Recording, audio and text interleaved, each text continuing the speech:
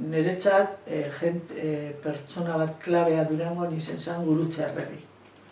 Porque Gurutze Arregi zegoen Acción Katolikan. Eta hor, Acción Katolikan, eta hor zegoen, bueno, jok eta horrek, eta Juventud Independiente Katolika, ez dakit gazteak. Eta ez dakit zergaitik,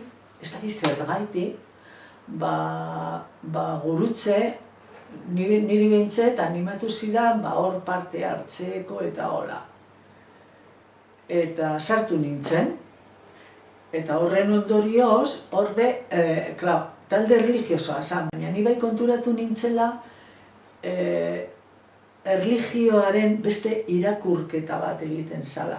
Ez nire erakutsitako irakurketa simple eta leloa, baizik beste irakurketa bat, sakonagoa, eta horren ondorean adibidez, joan nintzen, hortik, Bilboko maiatza lehena manifara. Eta ni joan nintzen manifara, baina ni ez nintzen inoiz manifa batean egon. Eta joan nintzen manifara hortik. Aria zan hori. Eta gero propaganda zegoen kalean, eta hori, baina batez ere konpromisoa bezala. Kristau konpromisoa bezala. Eta Bilbon manifan egon ginela, nigo gogoratzen dut, gris bat, emakume bat jozuela.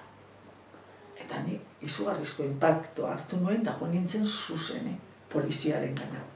Eskatzen esplikazio bat, zergatik jo dozu emakume hori, ez dizu ezer egin, ez nuen ulertzen.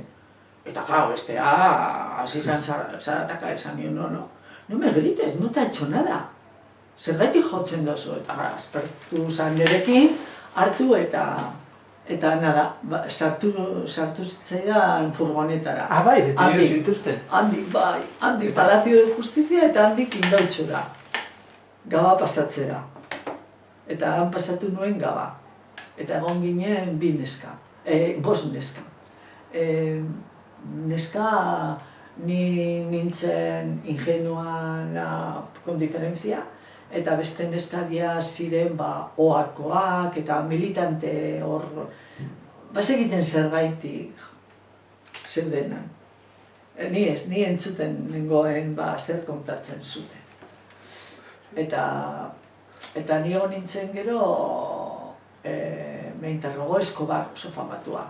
Escobar eta Criado ziren oso famatuak. Ni gero konturatu nintzen norekin egon nintzen, porque ni ez nekien Escobar nor zan da eserrez, ezta. Eta han egon ginen,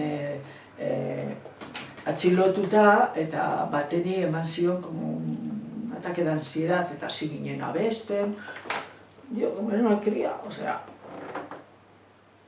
Zenbat urtiko zenituen, gutxi gora bera? Ez dakit, 19 edo. Baina nahiko, ni mundu hortatik,